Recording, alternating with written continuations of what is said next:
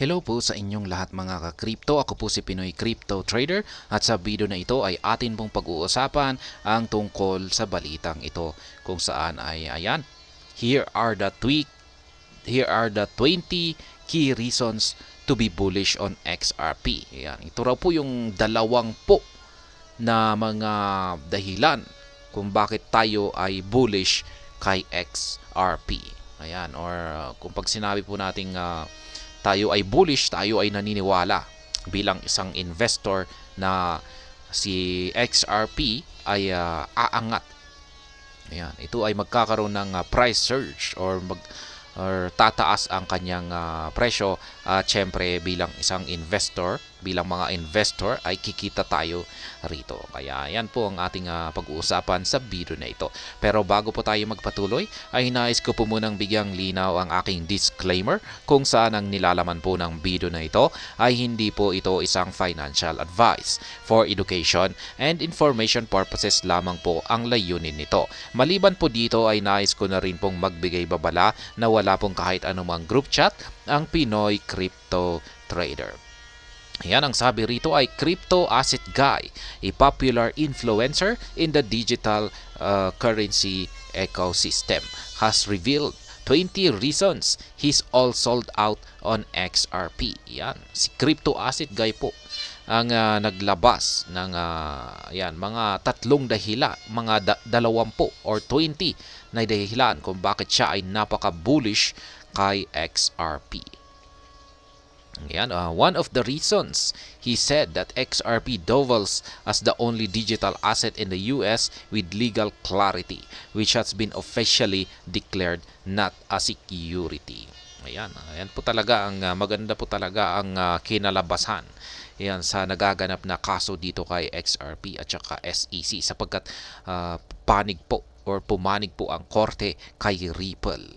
Kaya yan, napaka-bullish ni Crypto Assets Guy at ito yung kanyang pinost po niya yung kanyang yan 20 reasons dito kay sa kanyang X platform account. Yan, medyo bitin po dito kaya lipat po tayo kay X. Yan, X platform. At yan, ito na nga.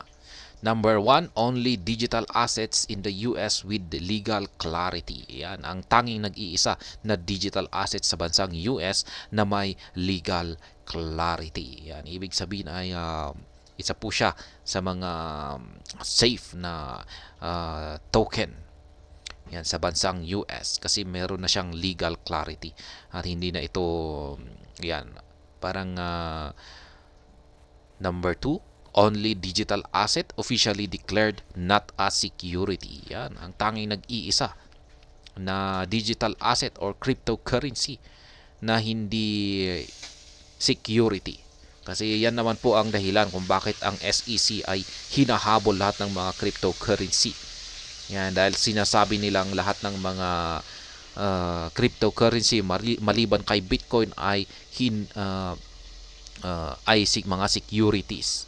Yan, pero ngayon ay nadagdag na po si Ripple. Yan. At dalawa na po sila kay Bitcoin. Yan, pero sa tingin ko ay susunod na rin yung ibang mga cryptocurrencies. Yan, faster, cheaper, and greener than BTC and Ethereum. Ayan, totoo po yan. Mas mura, ayan, mas mabilis ang transaction dito kay Ripple. No gas fee, no delays. Ayan. The XRP ledger is the most secure blockchain. It has never been hacked. Ayan. Wala pa po palang history na na-hack ang blockchain ng XRP ledger. Extremely easy to use. XUMM is better than MetaMask from every angle. Ayan. Mas maganda po pala ang XUMM ng Ripple kumpara kay MetaMask. The most effective way for cross-border payments is with XRP. Ayan, pinaka-effective raw para sa cross-border payments. Partnership with the most powerful banks and corporations in the world. Ayan. Suportado ng ibang mga bangko sa buong mundo. It has a use case like no other digital asset. The adoption will be insane. Ayan. Ayan, yung kanyang use case. ay kakaiba kumpara sa ibang mga cryptos. Kaya yung kanyang magiging adoption ay ayan, talagang matindi. Ripple has an amazing team. Defeated the SEC twice, something never seen before. Ayan, tinalo nila ang SEC ng 2 beses. Ganyan po katindi si Ripple. Ripple is literally the most transparent digital asset company. Fully decentralized. Yan, do your own research. It hasn't reached its old ATH of $3.70 yet. Ayan, 14, a lot of liquidity incoming. Numerous big players ready to hit the buy button. Ayan, marami nang naghahanda na bumili ng or mag-invest dito kay XRP. Number 15, the next crypto bull run is around the corner. It always starts months or weeks before BTC halving. Ayan, nalalapit na po ang crypto bull run. Many Ethereum whales shifting to XRP because of the ETHgate corruption. Ayan, yung mga malalaking investors daw po ng Ethereum ay naglilipatan na dito kay XRP.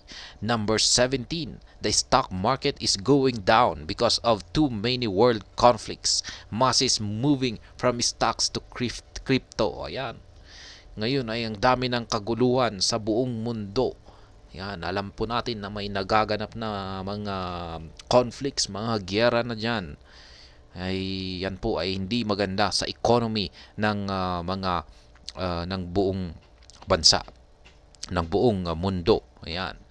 Hindi po maganda yan. Nakakaapekto talaga sa lahat yan. Kaya yung mga nag-i-invest sa stocks ay naglilipatan na sa crypto. Number 18, BTC spot ETF should get approved within the next 5 months, which is super bullish for the whole space. Ayan, malapit na pong ma-approve ang BTC spot ETF. Yan po ay ayan, nalalapit na 5 buwan na lamang. Ito ay magkakaroon ng matinding epekto sa lahat, hindi lamang kay Bitcoin kundi sa lahat ng cryptocurrencies. Number 19, possible complete settlement Ripple SEC before April 19, 2024. Ayan. Malapit na talagang magkaroon ng settlement or matatapos na yung yung kaso ng Ripple at saka SEC. Ayan, magkakaroon na sila ng areglo. Ayan, magkakaareglo na sila. Yan, pag natapos na yan ay syempre mas magkakaroon ng tiwala ang mga investors dito kay Ripple. At number 20, the XRP community is the most loyal, vocal, and strongest community, crypto community. Ayan. Yung community ng XRP ay hindi po nila iniwan ang XRP. Yan, kahit na hinabol ito noon ng SEC. Ayan, at maski bumagsak ito dahil kay SEC ay nananatiling loyal pa rin at vocal ang community ni XRP. Kaya ayan, ganyan po katindi yung kanilang community. At ayan ang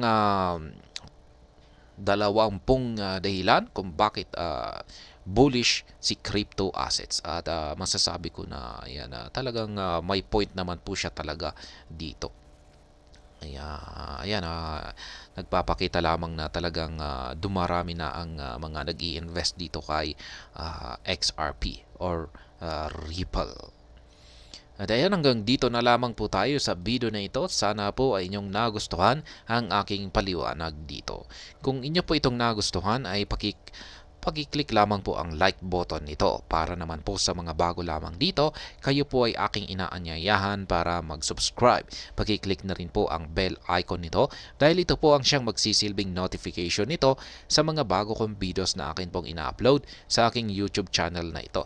Marami pong salamat sa panonood. Ingat po tayo lagi at God bless po sa ating lahat.